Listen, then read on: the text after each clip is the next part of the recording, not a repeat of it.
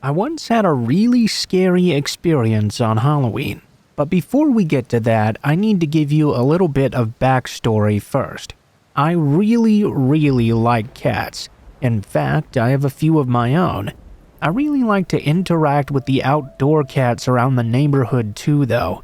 My cats are all indoor cats, but a lot of the cats in the neighborhood were indoor-outdoor cats, or simply always stayed outdoors. I love to buy extra food and take it out and feed it to the local cats whenever I would go for walks.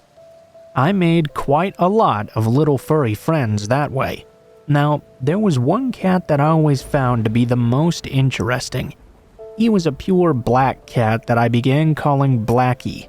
I was always able to put down food for Blackie and he would eat it right away. But no matter what I ever did, I could never get him to come close enough for me to pet him.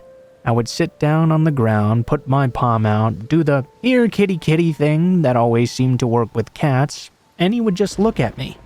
He would come within a few feet of me and just kinda stare at me. And when I eventually had to leave, he wouldn't follow me and he wouldn't leave either. He just kinda watched me walk away.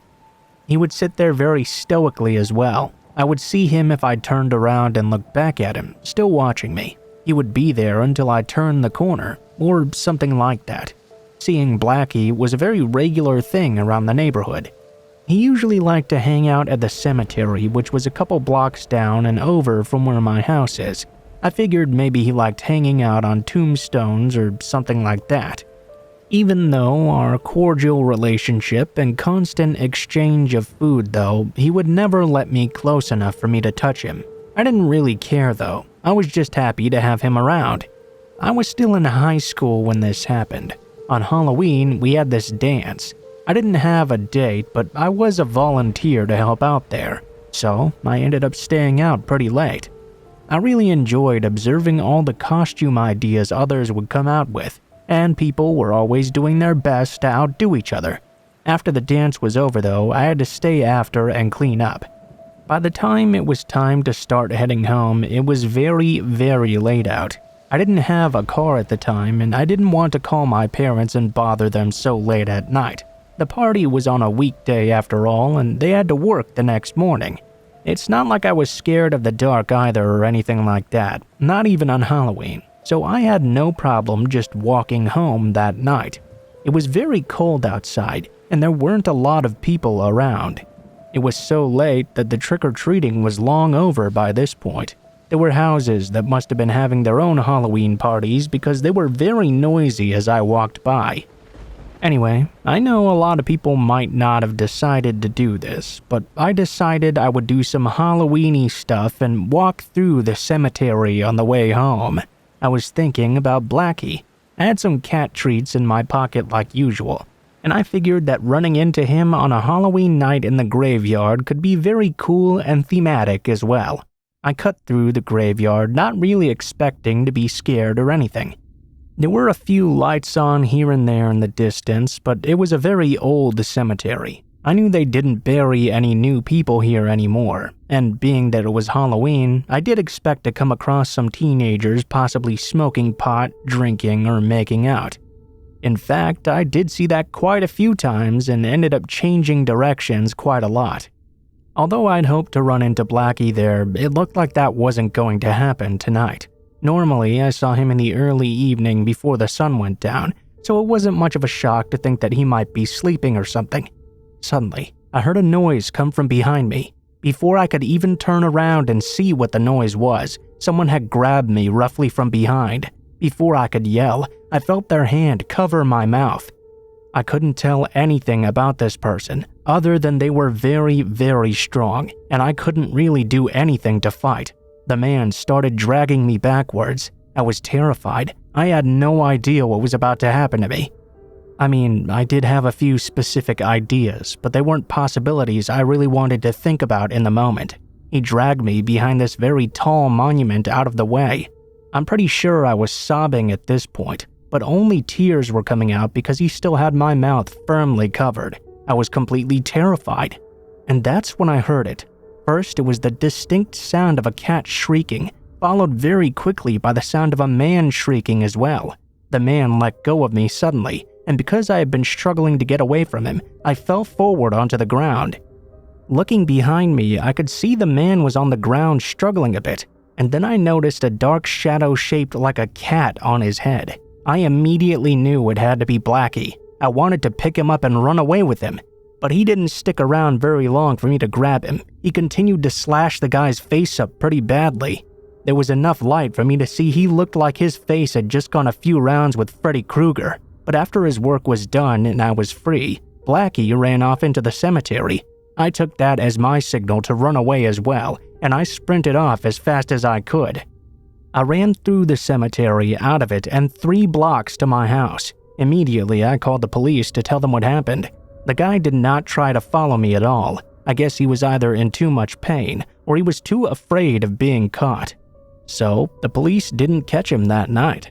The following day, though, I went back to the edge of the cemetery before it got dark, looking for Blackie. After a while, I did find him. He had a little bit of a limp, but he seemed to be mostly alright. I had a very special treat for him that day, too. He saved my life that night, most likely, and more than earned himself a full bowl of tuna. As normal, Blackie did not allow me to pet him, but he ate up all that tuna real fast, and I collected the bowl. This time, though, rather than just watching me go, he followed me home. He began to hang out on my front porch, and eventually became trusting enough to get some pets from me. He still hangs out outside my house a lot, actually. I've tried to invite him in a few times, but it seems he's not very interested in that. He seems to mostly enjoy his outdoor life, and I respect that. After all, I'll always appreciate what he did for me that night.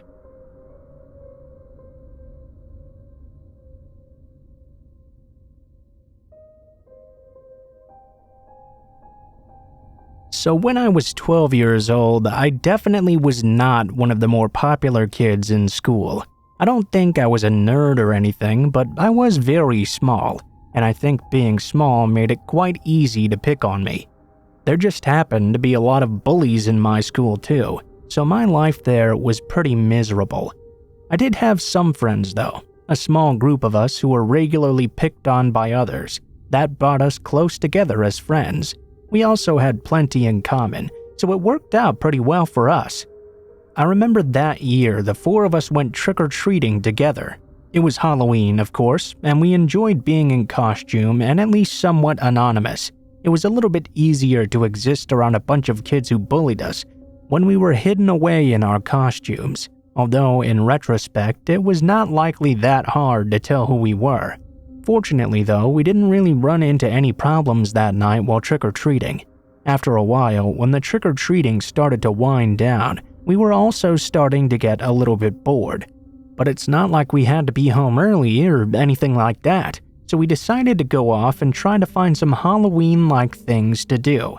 One of my buddies said he thought he had a really great idea. You see, there was this old well that was behind an old abandoned house just on the outskirts of town.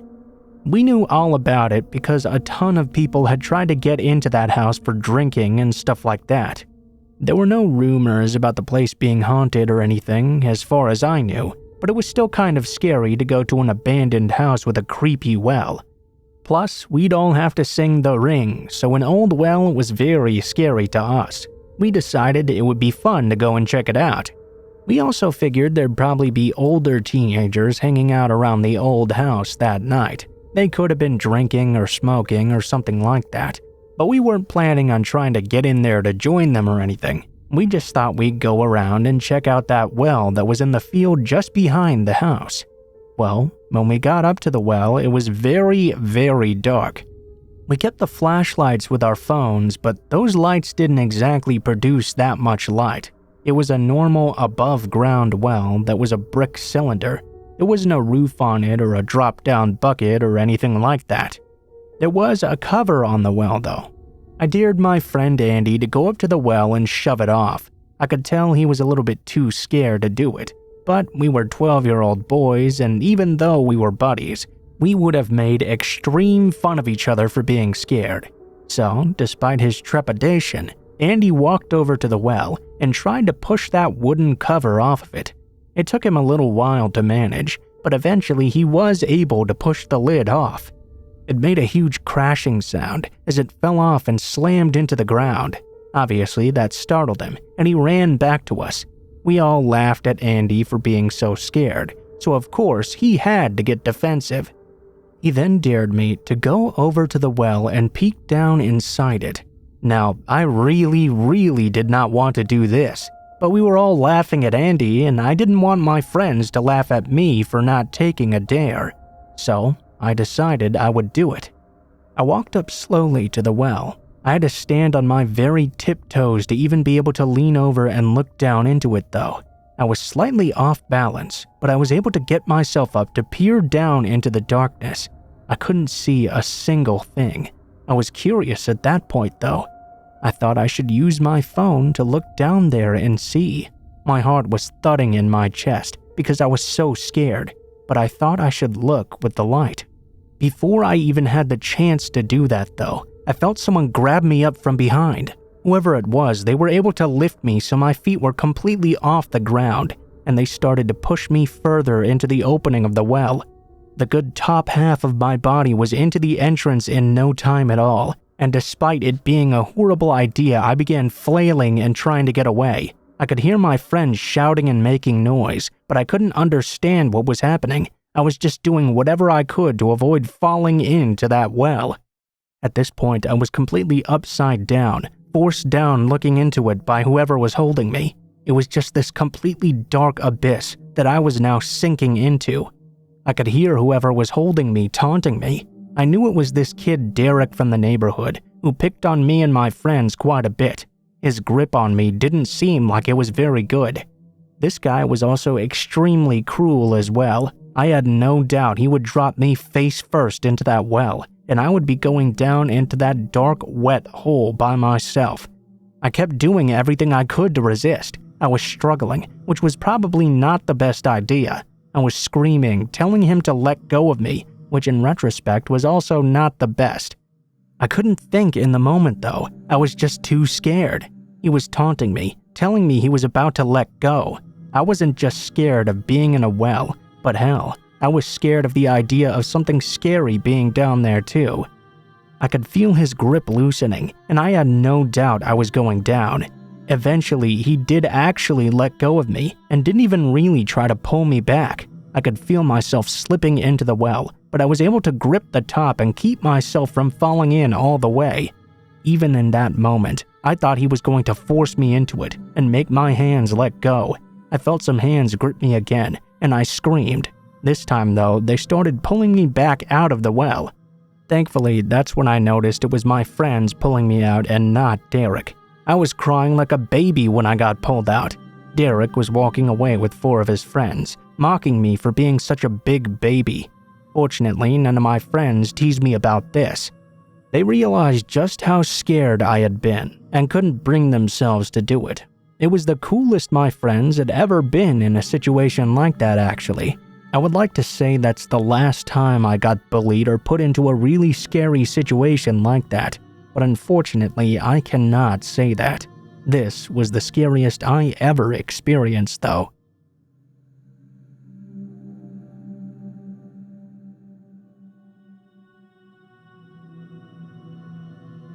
I've only ever had one scary experience on Halloween, and it happened when I stayed home by myself. I was 16 years old at this time. My parents and siblings were all going to a Halloween party. I had to study for a test though, and I wasn't really into the whole horror thing at the time, so I decided not to accompany them. I tend to study best while watching something on TV. I'm not really sure why, but it really helps me focus. I wasn't going to be watching anything Halloween related though. We didn't have trick-or-treating go by our house usually because our house was sort of out of town, so it would of course be a night where I could truly spend my time all alone. There I was studying. I think it was around 10 p.m. or so. I had the TV turned on to Comedy Central I think, when I heard the most blood-curdling female scream that I'd ever heard in my life. It was coming from the second story of our house, and it was loud. It sounded absolutely terrified. Immediately, I dropped my book and jumped out of my chair. I didn't know what the hell that noise could have possibly come from, but I knew for certain that I had heard it. It made no sense at all, because there was nobody else in our house. Still, and I don't completely know why I did this, I decided to go all by myself and see what could have possibly made that scream. I didn't even think about calling anyone or anything like that. I wasn't sitting in the dark, obviously, because I had been studying. I got up and turned on the lights to the stairs. I called out, "Hello?" I tried to get the attention of whoever was screaming, but I didn't get any answer.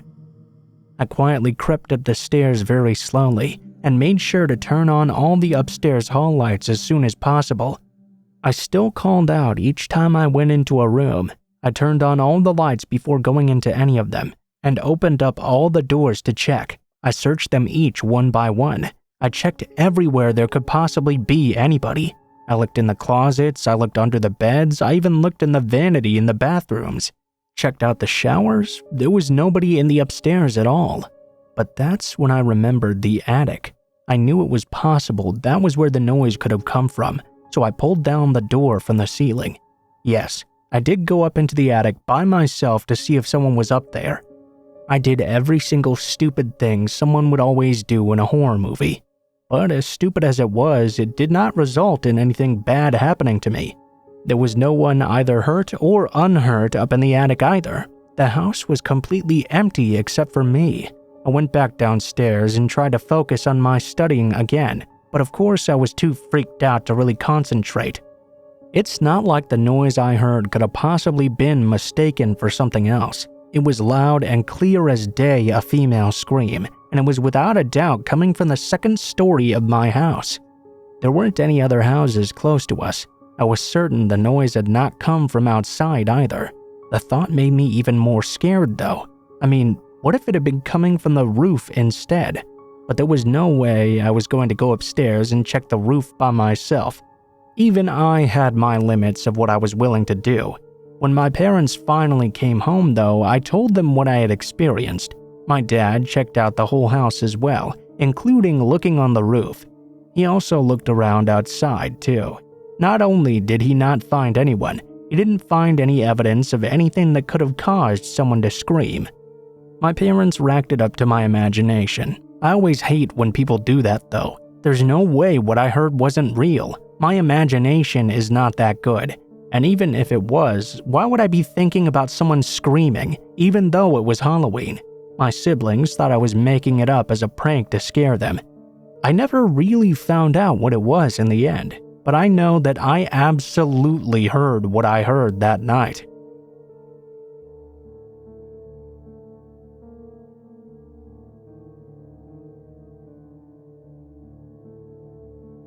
This is going to be a pretty tame story compared to some others you might have heard, but since it happened to me, I think it's pretty spooky. I'm definitely buying a doorbell camera ASAP at least. I'm writing this down only a few hours after everything happened, now that I've calmed down a bit and the sun is coming up and I feel somewhat safer. Last night I was laying down in bed, reading a little bit before going to sleep.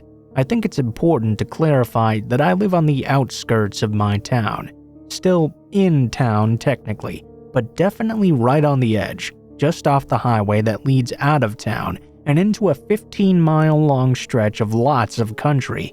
Woods, fields, a few residences, but it's mostly open highway.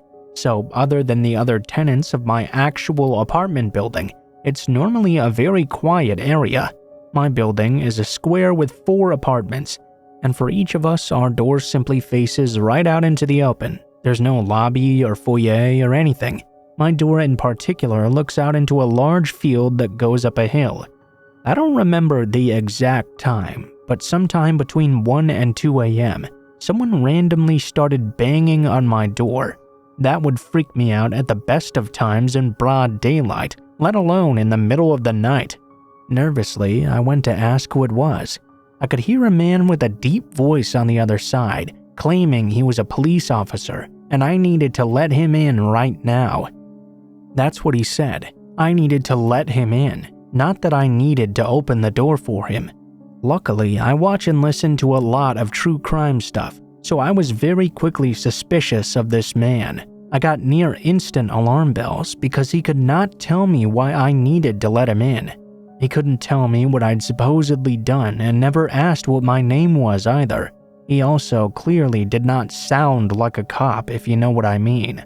Obviously, feeling creeped out, I called 911 to confirm this was actually an officer at my address, but they told me there was nobody there. At this point, I was freaking out. I called out through the door that I was on the phone with the police. I could hear the man kind of bang on my door one more time and then immediately stop making noise. I presume because he was running off at this point. They dispatched 2 cars to my apartment, and the officers took a good look around. Unfortunately, the guy was long gone by the time they got there, and I never saw him at all, so I didn't have a description of him to give them or anything. Thankfully, the cops said 2 things to make me feel better. 1, that they'd post more patrols in my area over the Halloween weekend, and 2, it was most likely just a Halloween prank, because the bar down the street from my apartment had just had a party, and it had closed just a few moments before. I suppose the lesson is to always trust your instincts, and remember that if you have any doubts about someone claiming to be an officer, just call 911 and confirm they are who they say they are. Dispatch and the officers who came to me tonight told me you cannot get in trouble just for making sure the person you're talking to is actually an officer. This also applies to situations where it's nighttime and really dark, so you can't see for sure if it's a real cop car behind you or not. If you see flashing lights behind you on a back road or dark area at night, put on your hazard lights and call 911 first to make sure it's a real police car. You won't get in much trouble if any, and it's better to be safe than sorry.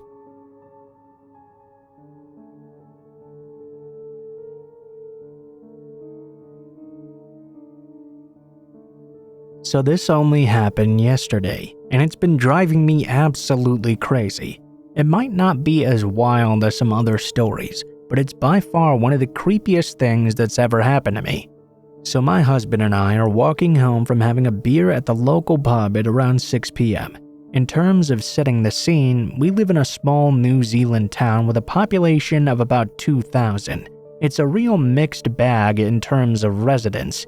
Older folk, meth heads, low income, but increasingly commuters from our capital city have all been settling down here. We fall into the latter category. It's spring here, so it was still plenty light out. We were chatting as we walked the 10 or so minutes home. About 3 minutes into the walk, at the first intersection, I spotted a cat sitting on the fence of one of the corner houses just on the other side of the street from us.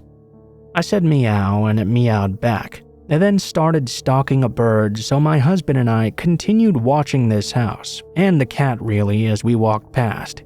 Suddenly though, I saw a person with a brown paper bag mask over their head kind of stumble out the front door of the house into the yard.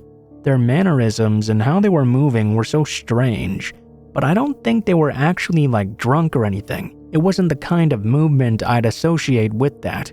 The house itself seemed completely dead, so there wasn't a party going on or anything like that. The person then turned and made eye contact with us.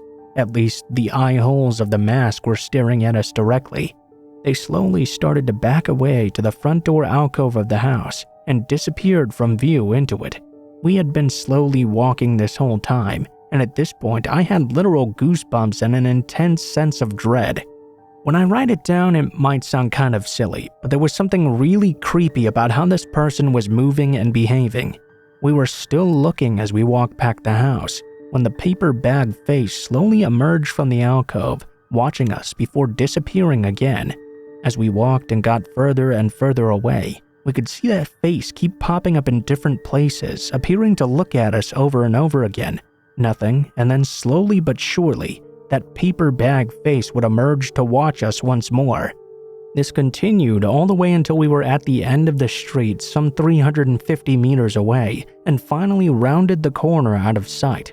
It still makes my skin crawl just thinking about it. My husband laughed it off though, and said it was probably just some kid getting ready for Halloween or fucking with us.